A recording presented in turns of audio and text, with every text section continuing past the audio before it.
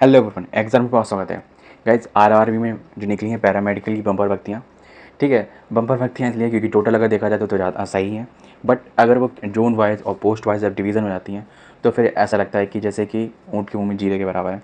But जो भी है, इनका रिक्रूटमेंट प्रोसेस क्या है देखते हैं इस वीडियो में। आपको completely 1 to 1 step by step बताऊँगा, एक भी चीज़ मिस नहीं कर सकता क्योंकि बहुतों की ज़िंदगी का सवाल है, बहुत लोग बहुत टाइम से वेट कर रहे हैं, है ना। चलिए शुरू करते हैं। देखो इसमें जैसे कि आपका जो है ओनली वन एक एप्लीकेशन आपका भरा जाएगा, ठीक है। और आपको ऑनलाइन एप्लीकेशन है, सीबीटी टेस्ट होगा आपका, है ना। और जो भी नोटिफाइड कैंडिडेट है followed by the document verification and reserve the right to the conduct to the additional CBT if the consider necessary for all the the limited number of the candidate is to be maybe deemed by the fit for RRB। देखो इनका कहने का मतलब है आपका multiple shift में CBT हो सकता है ना। और आपका ये सारे राइट्स आरआरबी के पास रिजर्व है, और वो भी ये भी हो सकता है कि आपका एक ही शिफ्ट में हो सीबीटी। ये डिपेंड करता है number of candidate and applicant के अकॉर्डिंग, ठीक है। डेट टाइम एंड वेन्यू दूसरा पॉइंट है आपका। Date time and venue in the CBT online examination will be fixed by the RRB and will be intimated to on the websites and the exam review channel. नहीं, ये लिखा नहीं है, वो ये मैंने बोल दिया है, ठीक है। Eligible candidate due to the course, ठीक है। The venue is not to be entertain. देखो सीरीज बात है, वेन्यू वगैरह तो आपका, और जो रिक्वेस्ट फॉर द पोस्टपोन वगैरह वो चीज़ तो नहीं होती, भले आरआरबी अपनी तरफ से पोस्टपोन करते हैं, वो चीज़ अलग बात है। नेक्स्ट जो इंपॉर्टेंट पॉइंट है, the question paper is a single stage, ठीक है। जो आपका क्वेश्चन पेपर है वो सिंगल स्टेज है, मतलब इसमें कोई और स्टेज ही नहीं है, केवल एक स्टेज है एग्जामिनेशन। इसलिए रेलवे में थोड़ी सा फोकस लोगों का ज़्यादा रहता है। एक चीज़ मैं बता दूँ, भीड़ बहुत है और वैकेंसी कम है, तो इसलिए फाइट अच्छी खासी होने वाली है। 90 मिनट का टाइम मिलेगा आपको, और जिसमें आपको 100 क्वेश्चन करने पड़ेंगे, ठीक है। और 120 मिनट मिलेंगे PWD कैंडिडेट के लिए, ठीक है। तो ये तो देखना ही नहीं है, तो जो भी चीज़ हो उनके लिए वगैरह, तो ये उनके लिए है 120 मिनट का टाइमिंग। बट नॉर्मल कैंडिडेट आपका जो है ना, वो 90 मिनट आपको टाइम मिलेगा 100 क्वेश्चन करने के लिए। तो आपको ये माइंड में एकअप करके चलना है। और आपका जो सिलेबस रहेगा वो भी चीज़ें आपको बता देता हूँ। आपका जो पेपर आएगा वो ऑब्जेक्टिव टाइप आएगा, ठीक है। तो इसके रिगार्डिंग आपको कुछ भी डाउटफुल होना चाहिए। और ये कुछ आपके सब्जेक्ट रहेंगे, कौन कौन से? प्रोफेशनल एबिलिटी, जैसे कि इसमें पैरामेडिकल में हर तरीके की हैं, तो हर किसी का प्रोफेशनल अलग है, तो उसके अकॉर्डिंग आएगा। ये कितने क्वेश्चन आएंगे वो भी आप देख लीजिए, 70 क्वेश्चन आएंगे उसके, मतलब आपका टैग पोर्शन के 70 क्वेश्चन आएंगे, और जो कि 70 नंबर ग्रैब करेंगे। अब बात करते हैं नेक्स्ट जनरल अवेयरनेस की, ठीक है। और अर्थमेटिक एंड जनरल रीजनिंग की एंड जनरल साइंस की। अब तीनों की बात मैं इकट्ठी क्यों कर रहा हूँ, क्योंकि ये तीनों केवल 10-10 नंबर ही के ही हैं, ठीक है। और 10-10 क्वेश्चन भी आएंगे और 10-10 नंबर भी आएंगे, तो कुल मिला के आपके 100 क्वेश्चन, 100 नंबर और 90 मिनट, 119, ये 119 तो नहीं है, 10-10-90, ठीक है। तो ये आपका रेशियो रहेगा। नेगेटिव मार्क्स ही आपकी रहेगी 1/3 की, है ना। तो इस तरीके से आपको देख लेना है।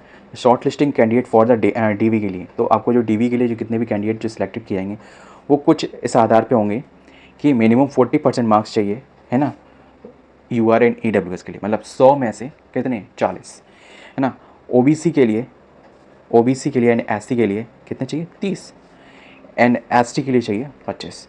देखो ये चीज़ हर जगह कुछ जगह डिफरेंट डिफरेंट हो जाती है, बट यहाँ पे ये है तो दैट्स इट, क्या कह सकते हैं, ठीक है। If the sufficient candidate is for the PWD are not available then 2 marks is relaxable, ठीक है, इज़ इन मिनिमम।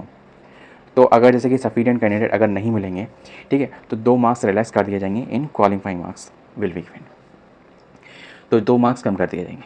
तो ये चीज़ हो सकता है, ये केवल PWD कैंडिडेट के लिए है। The based upon the performance of the candidate in the CVT examination the candidate is equal to the number of the vacancies will be called for the DV in the means first list 1 to 1, no stand by list. कोई भी इसमें waiting list नहीं होगी, इन्होंने कहा है। इनका कहने का मतलब है 7 सीटें, 7 कैंडिडेट केवल DV के लिए बुलाए जाएंगे, है ना। ये मोस्टली जो लग रहा है ना, ये सीन क्यों हो रहा है, ये जो अभी इस साल जनवरी में जो कोर्ट ऑर्डर आया ना, ये उसके बाद से ये सीन क्रिएट लग रहा है मुझे। SSC को फटकार लगी, है ना। तो मेरे ख्याल से इसके अकॉर्डिंग इन्होंने कहा कि जितने कैंडिडेट अगर आपकी पोस्ट हैं उतने ही कैंडिडेट आप बुलाइए, ठीक है। ऐसा नहीं है आप 10 लोग, एक पोस्ट आप 10 को बुला के बैठा ले हो गया, क्या आपका भी होगा, आपका भी होगा, आपका भी होगा, फिर वो कहते हैं हमारे पास जगह नहीं है। तो जितनी जगह उतने बुलाइए। मोस्टली इसमें क्या कोई भी स्टैंड बाई लिस्ट नहीं है, ठीक है। और ये भी हो सकता है कि अगर वैकेंसी खाली रह जाए तो रह जाए, ये दोबारा नहीं बुलाएंगे। लेकिन 1 to 1 का रेशियो लिखा हो तो इसके अकॉर्डिंग ये कह सकते हैं। पर नेक्स्ट पॉइंट क्या लिखा है ये देख लेते हैं। During the DV the candidate will have to produce the original certificate. DV के टाइम आपको ओरिजिनल सर्टिफिकेट प्रोड्यूस करने पड़ते हैं, वो सभी को करने पड़ते हैं, उसके no additional timeline will be given for the candidate, ठीक है, of the candidates not to produce for the not producing the original certificate on the date of the verification to be live to the 45। देखो सीधी सी बात है, and जैसा कि जो time zone या जिस दिन को ये डीवी करवाएंगे उसी दिन आपको ओरिजिनल डॉक्यूमेंट प्रोड्यूस करने पड़ेंगे। अगर इन द केस अगर किसी कारणवश नहीं प्रोड्यूस कर पाते हो, ठीक है, नहीं अवेलेबल करा पाते हो, तो कह रहे हैं कि हम आपके लिए कोई अलग स्पेशल टाइमलाइन नहीं देंगे। ऐसा कहा है। देखो मेन चीज़ है क्योंकि नंबर ऑफ वैकेंसीज कम है, तो मुझे नहीं लग रहा ये जो सेकंड लिस्ट है स्टैंड बाई लिस्ट की जो बात कही है इन्होंने, ठीक है, वो ही रहेगा, क्योंकि हम लोग माइंड मेकअप में भी नहीं कर सकते कि एक सेकंड लिस्ट इसकी बन सकती है। कुछ जोन में अगर देख लिया जाए और कुछ पोस्ट कैटेगरी में देख लिया जाए, कुल मिला के मिनिमम जो वैकेंसी है ना कहीं कहीं ज़ीरो भी है, ठीक है, मिनिमम तो ज़ीरो ही कहेंगे, और मैक्सिमम जो मैंने देखा है अगर वो होंगी एक जगह है शायद 18 है शायद, I am not wrong to, ठीक है, मतलब मैक्सिमम एक पर्टिकुलर पोस्ट कोड जैसे कि यूआर में ही होंगी, ऑब्वियसली ज़्यादा है तो वो यूआर में ही होंगे काम, टोटल की तो मैं बात करूँगा। तो कुछ इस तरीके का आपका सिलेक्शन प्रोसेस है। केवल एक एग्जामिनेशन है, 100 क्वेश्चन, 100 नंबर, 1/3 की निगेटिव मार्किंग और 90 मिनट, PWD करने के लिए 120 मिनट स्क्राइब के साथ। पर स्क्राइब वाला की जो कैंडिडेट है कंडीशंस हैं वो पढ़ लेना, ठीक है। ऐसा नहीं है कि आप सबसे बड़ी स्क्राइब की जो एलिजिबिलिटी होती है ना वो 10th क्लास होनी चाहिए। दूसरी बात, आपका जो स्क्राइब का कैंडिडेट है जो इसमें जो एलिजिबिलिटी आपकी मांगी है उससे ब्लो होना चाहिए, तभी वो वहाँ पे कंसीडर किया जाएगा। और स्क्राइब वाले कैंडिडेट को एग्ज़ाम सेंटर पे टाइम लिमिट है उससे पहले ही घंटे पहले पहुँचना चाहिए, और वहाँ पे उस कैंडिडेट का आधार कार्ड वगैरह आईडी ओरिजिनल आईडी होनी चाहिए, उसकी जो लेटेस्ट जो मार्कशीट है एजुकेशन की वो होनी चाहिए, ठीक है। ये कुछ कंडीशंस होती हैं, ठीक है, that is to be mandatory conditions. Hopefully आपको एक एप्लीकेशन भी लिख के देनी पड़े स्क्राइब को ना कि हम इनके साथ हैं, that is to be my thought. तो ये चीज़ होती है, तो वो ये कुछ फॉर्मेलिटीज़ करनी पड़ती है, और इस कारणवश जैसे कि बहुत से कैंडिडेट को वो चीज़ सुविधा नहीं मिल पाती है स्क्राइब की कुछ एग्जाम में।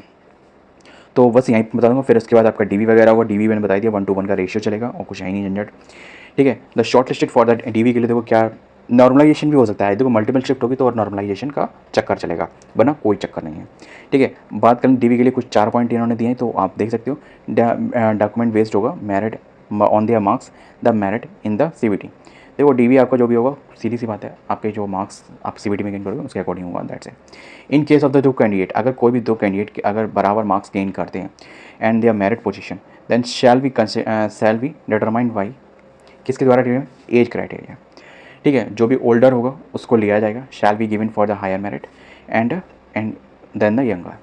देखो जिसकी एज ज़्यादा होगी उसको पहले मौका मिलेगा आपके कंपैरिजन, मतलब उसको जैसे कि अगर आपके जैसे 90 मार्क्स हैं और सामने वाले के भी 90 मार्क्स हैं, आपकी एज और उसकी एज में अगर एक दिन का फ़र्क है तो आपको फर्स्ट रैंक मिलेगी और उसको सेकंड रैंक मिलेगी, दैट इज़ टू बी है। क्योंकि इसको इस तरीके से देखा जाता है कि जैसे कि जो गैप होता है मोस्टली जो होता है ना वो मतलब साल का रहता है, 6 महीने का रहता है, कि आपको तो अभी मौका मिल जाएगा, सामने वालों को मौका नहीं मिले, पर मौके को तो कुछ भी नहीं कह सकते ना। रेलवे वाली 5 साल बाद भर्ती आई है 5 साल में तो कितने निपट चुके होंगे यार, ठीक है। Appointment of the selected candidate, ठीक है, सब्जेक्ट टू दियर पासिंग, ठीक है, passing in their medical fitness test, ठीक है, मेडिकल फिटनेस टेस्ट वगैरह होगा। एक चीज़ मैं बता दूँ, इसके लिए मैं स्पेशल डेडिकेटेड वीडियो बनाऊँ, ज़्यादा लंबी नहीं कर रहा है इसको। मेडिकल के जो इसमें क्राइटेरिया है हर पोस्ट के अकॉर्डिंग अलग है, C2 C1 कुछ इस तरीके के कोड हैं, B1 B2, ठीक है। बहुत से लोग कंफ्यूज हैं, बहुत से लोग हो सकता है कि इस तरीके से आपके पास वो फिटनेस ना हो और आप वो फॉर्म भर दो, तो एग्ज़ाम क्लियर करने के बाद भी आप अपनी पोस्ट को नहीं क्रैक कर पाओगे। तो उसके लिए मैं डेडिकेटेड वीडियो बनाऊंगा ताकि मेडिकल जो मार्क्स हैं, मेडिकल जो ग्रेड हैं, ठीक है, वो आपके पास फुलफिल होने चाहिए, ठीक है, तभी आप उस पोस्ट में आगे जाके एलिजिबल हो, वरना मेडिकल फिटनेस टेस्ट होगा या फिर मेडिकल टेस्ट होगा तो वो आप निकाल दिए जाके, और वो ऐसे हैं कि एक जो प्रैक्टिकली उस वर्क प्रोफेशन में that is to be a liable to go, है ना, तो वो एलिजिबल ही नहीं कर सकते। अब मिलते हैं नेक्स्ट वीडियो में किसी और इसकी मेडिकल के कोड्स के साथ, ठीक है, कौन क्या कह रहा है आपके लिए, ठीक है। और इसमें रिगार्डिंग इसमें कुछ भी ऐसा नहीं है जो मैं आपको बताऊँ, मतलब बाकी आप पूरा नोटिफिकेशन खुद पढ़ सकते हो। जय हिंद।